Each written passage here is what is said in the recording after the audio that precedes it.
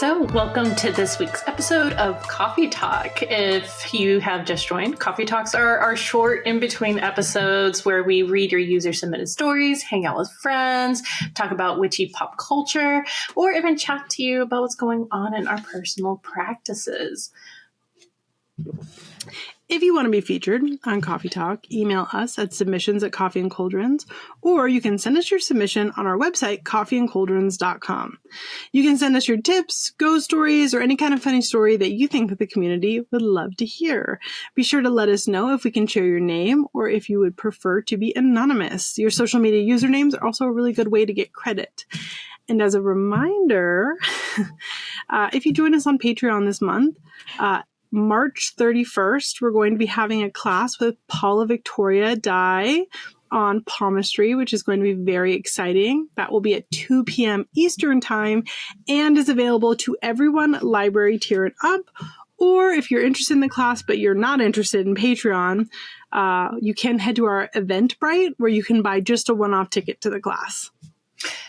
And so if you want to send us a story, but you'd rather do it like in a voice note kind of format, we have a voicemail that you can send your stories to that we're going to be listening to today as well. Yeah. And so if you would like to give us a call through our voicemail, the number is 351-207-0799. Now, please keep in mind, there's like a 3-minute kind of window to record your voice note. If you need to call back the number to finish your story, that's completely okay. We will stitch them together. Yes. But yeah, we really are very excited to hear from you guys. Yeah. But we figured that's what that's what we would do today is listen to your, because we have a lot of them. So we do. We have a lot of them. We also still have a lot of written stories to go through, which if you are not interested in sending us a voicemail, you can still email us. We're going to read them. I think that's what we're going to do next time. So we're still going through all of them. We just haven't done a voicemail one in a bit. So we're going to do that. We thought that would be fun today. Yeah. All right. So that being said, we have our first story. I'm going to get it up here so we can play it.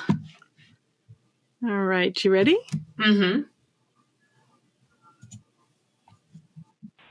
Hi, my name is Erin, and I'm calling to share a story about an interaction with the Fae from when I was younger. I have family friends in Skibbereen in County Cork, on the southernmost point of Ireland, and I was very fortunate enough to go visit those friends. While we were down there, we did a lot of sightseeing, a lot of hiking, a lot of walking, and there was a point where there was a fairy circle where my friends, who obviously they were Irish and I was visiting them, they were joking around saying that we should go inside the fairy circle. Unbeknownst to me, as I was 16 years old, I went for it. Because I was 16 in the early 2000s, I was super excited to have a digital camera with me. Upon the rest of the day, we went and did a lot of other sightseeing. We went to see a bunch of castles. The camera worked fully, functionally, everything like that. After we had entered and exited this fairy circle, they did as well. The next day, all of us got up, and I went to go check my bag to go see the pictures I had taken the day before. And never in my life have I seen a digital camera absolutely smashed to bits. The bag was never thrown around. I had looked at it the night before, and the cell phones of the two sisters who I was visiting, their phones were also smashed to bits. So take this as a precautionary warning, whether you live in a place where fairies are celebrated and respected, or you're visiting. Don't go in a fairy circle. Just don't. It's not worth it. They're a group of beings that are much more powerful than you are. I hope you like my story. Thanks. Okay, is that our Erin? The Erin that is our Erin. That is one of our Patreon members. I have follow-up questions that I would like Erin to answer for me in the Discord. The first one is, what the fuck? I want to know, I guess what I want to know is that even if you aren't somebody who takes like fairy circles seriously, why were your friends not somebody who took it seriously, if that's like the region they're from, and we're like, don't do that. That's what I was thinking. I was like, all these stories, are obviously very prevalent there, and right. I don't. But they are also teenagers who are like, yeah, that's a good point. Yeah, so stupid. Especially like I know Erin is about our age, give or take. The idea of losing a digital camera and cell phone, my mom would have killed me. I would have been a dead woman. Well, dead teenager or whatever. I would have been dead. Mm-hmm. Like, that would have been the last you ever heard of me. I would not be on this podcast today. That is so, my goodness. Like, I don't know. I really am curious about like what she felt while she was in the circle. If she like felt anything or anything like that. But yeah. Or like, was she recording inside the circle? Like, that's a good point. Follow-up questions, Erin. We need answers. Yeah, I want to know if she did capture something, but it's that grainy sort of quality sort of crap where you don't really think about it. This like reminds me of something on Facebook I saw like 8 years ago. There was a Facebook group that was like one of those witches and pagans Facebook groups. And this person shared all these pictures of fairies that they caught in their yard. And everybody was like, oh my gosh, I can see it. And I was like, I don't know what you're talking about. That is a twig. That's a leaf. And like, I don't know. I get that like fairies are supposed to be pretty innocuous, but they're very private.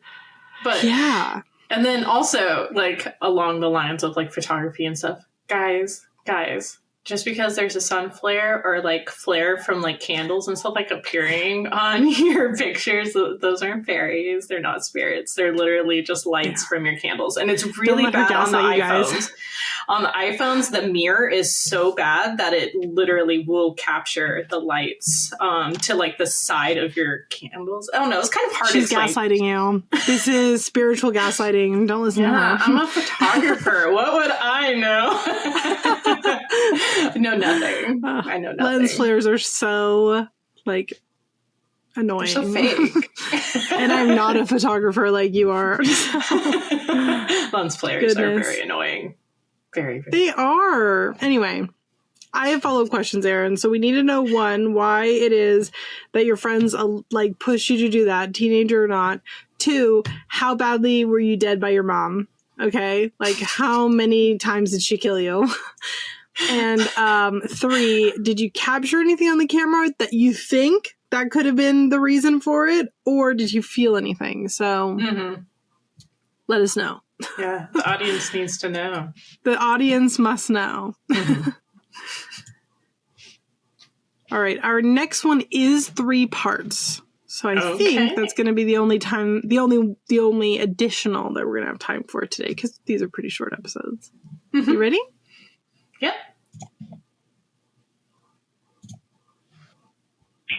Hi, Robin and Maria. I don't know if I'm doing this correctly, but this is my ghost story submission. I have a few, but this one just recently happened this past December.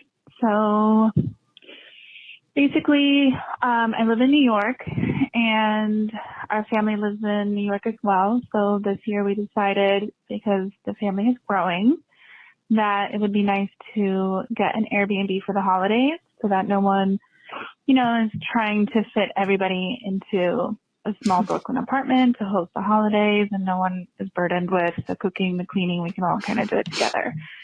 So we ended up booking this beautiful home in Callicoon, New York, which is upstate. And in general, I just feel like that area is haunted. As you're driving there, you kind of just feel the land is alive almost. So we pull up to the house. It's a beautiful black house, so it's already giving spooky vibes, and I love it.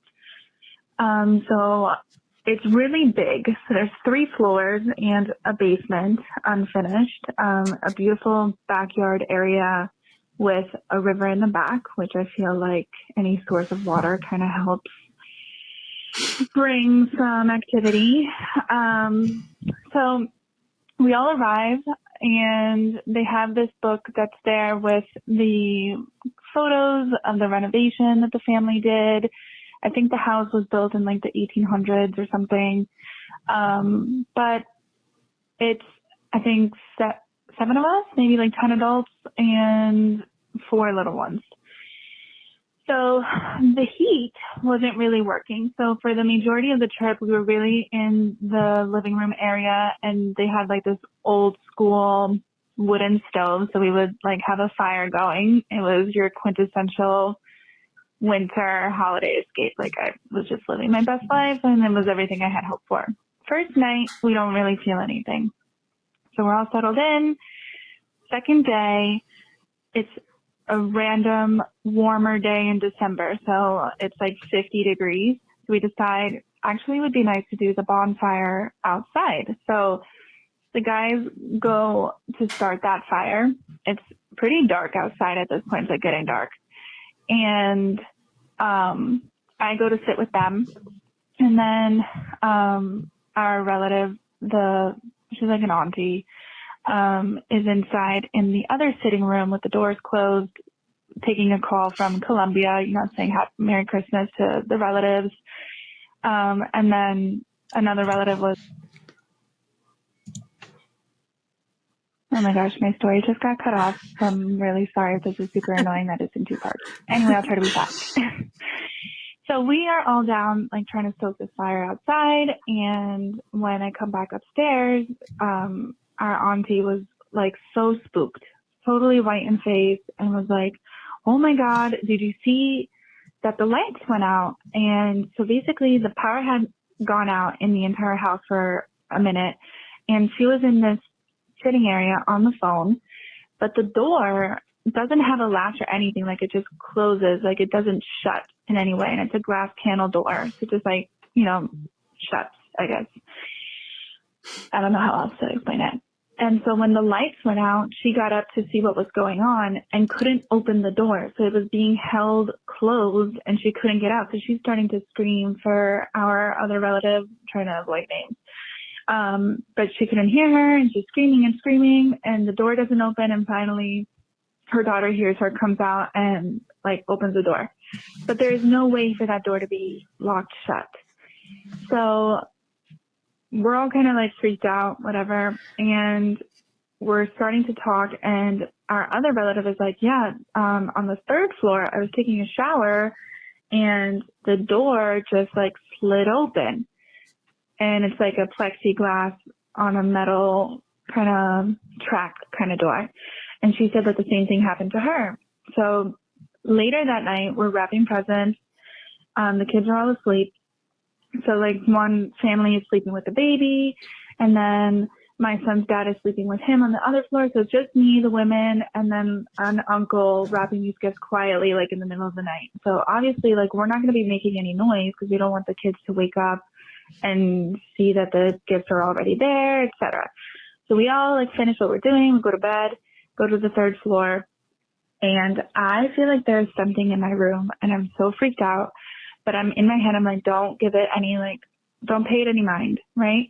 But it's to the point where I'm like, oh my God, it's like someone watching us from outside. So I'm like literally looking out the window. Like we live in the city. I'm like, I don't know what people do in the country. Maybe there's someone looking at the house. I don't know. Didn't see anything. And so I'm like, all right, just go to bed. Go to bed. And I hear footsteps in my room, like on the creaky old floor, and then down the hallway. And on the 3rd floor in the hallway is the door to the attic. And then I hear someone downstairs slamming doors.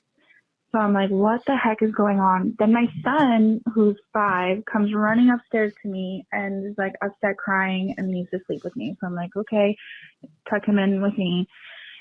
Next morning, I'm like talking to the uncle. I was like, were you downstairs still, like slamming doors? And he's like, okay, this is 3 3. I'm so sorry. Anyway, so the next day I was speaking to the uncle. We both confirmed it was neither of us. And it was just crazy. Like the house completely became active. And then like the next night, we all kind of just like stayed up as late as possible and went to bed. But I swear, like since that point, I felt like something was with us. But it was just super, super freaky. I totally want to book it again. I don't know if everybody else will come, but yeah, that's my ghost story, one of many, and it was crazy. So I hope you enjoyed it. I'm sorry that it came in 3 parts. It was long-winded, and I absolutely love your podcast. I love your socials, and just keep up the amazing work. You guys make my day every time I listen. So I hope you have a wonderful day, and that this voicemail wasn't insufferable. Okay, bye. First of all, that was very nice at the end. Thank you so much for saying that. Mm-hmm. That was really sweet. It was very sweet. Thank you so much for listening. Yeah. That was insane. Yeah. I think that what would freak me out about that is, first of all, the shower thing. Mm-hmm. I'm trying to take a shower and wash my body in privacy, ghost. Mm-hmm. So why don't you worry about yourself? Worry about your own life. Don't look at me. Those Perceive me. are literally one of the worst type of ghosts, like the shower watchers. Creepy, perverts. It is gross. It's gross. It's gross. There's a book. I forget what the book is called, but it's about somebody who is, it's an autobiography about, from the perspective of somebody who is a, like, what's that called? Which Claire is it that you can see dead people? But she's a medium. She sees ghosts everywhere. And one of the things that she says in the book is, if you think that ghosts are not watching you in the shower, you're wrong. And when I read that book the first time when I was like 15, 20, somewhere in that range, because it's an older book, I was like, oh, yeah, that's a really ew. And then you have these kind of moments, right? And it's like, ew. But at least the whole haunting aspect wasn't too bad. Like, I can deal with slamming doors and things like that. I can deal with it, but I don't like it. Yeah. Especially with kids nearby. Especially when you're trying to sleep. That's the worst when you're trying to sleep. Yeah, and that's the other thing. You have children, and like trying to have that conversation with kids about ghosts, you're just going to freak them out more. So like, there's nothing about that that's like a win. You always say how much of a trooper this family is, being in upstate New York with no heat. Yeah, that's crazy. And I love the whole, I don't know how people do in the country. Maybe they're watching me. And there's like a real legitimacy to like that intuition that we all have as like human beings to know something is watching us. Because it's that prey predator instinct, you know what I mean? Yeah, I experience sometimes in my backyard, but we have a lot of spirits and stuff back there, but it's fine. But I'll just be sitting back there, and then I just get this like feeling, and I'm like, like you're like a deer, and you're like looking around, and you're trying to see what's going on. Yeah. By our house, so where we live is like in the mountains, and there's like a big long road that everybody drives up and down, and we go take walks on. And at the end of the road, it turns to gravel, and it leads towards like Forest Service land. And so it's literally the mountains, and there's a road, but it leads to like a hiking trail, like 4 or 5 miles in, et cetera, et cetera. And when it's summertime, we like to walk that way because there's like a creek that runs through, so you can like go. It's like 2 miles away from our house, and then you can go like play in the water, put your feet in the water, et cetera, and come back. And there's been a few times that I've been out there and I've like felt like something was watching me, and then there's been like mountain lions. Not that I have seen, but they've been like a neighbor in the area will have reported seeing mountain lions like an hour later. No. And I'm just like, glad I didn't die. I was saying, or, like, for you, it's aliens. There was like a bear. There was like a bear one time that just like walked in front of me, and I was like, oh, okay. Don't eat me, bear.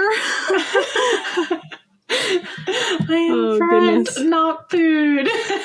Yeah, I am friend. Please don't eat me. But no, I like how they stayed at the like most witchiest house for like Christmas. That's That perfect. they could have possibly found. That's the dream. A black house, and you're just like, oh, with a stream nearby. And I bet like they were like the most happiest out of all of them, you know, heading into this house. Probably. Plus, I really just like the whole East Coast black paint thing. Like, I read something once that they were originally black because of the type of wood that they used or something, and they just like painted them to keep up with it. Yeah, I think the wood changes color over time to like a black. It's just really interesting. That's an interesting little fact. Up north, it's actually very smart too, because during like it absorbs heat and like stuff like that. I mean, in the South, that's not a great idea. I see black houses occasionally. I'm like, how do you pay for your AC bill? Because couldn't be me. That's so funny. Could not be me. Oh my gosh. Well, I mean, not only that, but like then it falls into whole things like insulation and stuff. Mm-hmm. Mm-hmm. You know, you're nearing middle age when this is what you're talking about. Exactly. What's your heating bill like? I did want to say something before we do sign off. That my wife, who is constantly... see, she believes in all of this, but she's a skeptic. But she's also skeptical? So skeptical. Okay, so upstairs, like, she has, like, a little video game area, and she keeps the door open. And her woman cave? Yeah, she has to close the door because of shadows walking by the door. And it doesn't happen in any other room. And she's like, I can't explain it. And she's like, it's just a light. It's fine. Like, it's completely fine. I'm like, okay. Sure. Our bedroom door is like right here. It doesn't happen, you know, to our bedroom door. But she's so funny. Yeah. I mean, it's nothing bad because I know that everything in her house is safe and stuff. But it's funny seeing her freak out, and I'm like, even if it was, they don't exist. Well, that, and I'm like, even if it is, like they're friendly, it's fine. And then she's like, but are they? Are they? My husband does not believe in ghosts either. He says that he doesn't, but then like needs to like dismiss anytime I'm like, did you see that? He's like, I didn't see anything because there was nothing to see. Scarlett and like, Frank, we're throwing you both away. Throwing them both in the trash. Love them so much. Wish they would shut up. Just admit what they see. Like, just admit it. It's okay. There's no harm in being a little afraid of a ghosty ghost. They can be spooky. And they're real. It's okay. That being said, thank you all so much for joining us this week for Coffee Talk. We hope to see you next week for our regular episode. In the meantime, you can check out our website for links to our submission forms, or you can shoot us an email at submissions@coffeeandcauldrons.com to tell us any ghost stories, tips, or topics that you think that the community would love to hear. And we are accepting voicemails just like this episode was all about. Yes. And as always, if you enjoy Coffee and Cauldrons, please take a moment to review us on Apple Podcasts or any type of streaming service. I know Audible has it now and Spotify and all that. But if you want to support us directly, consider joining us on Patreon, where we share articles, special part 2 episodes, and even have a Spell of the Month box and a Discord community that's full of events. Huge. Like, we have so many things going on and great conversations. 7 events a month now. Yeah. 7 events. Yeah. And constant conversations. Constant. That being said, everyone, thank you so much for joining us. Bye. Bye.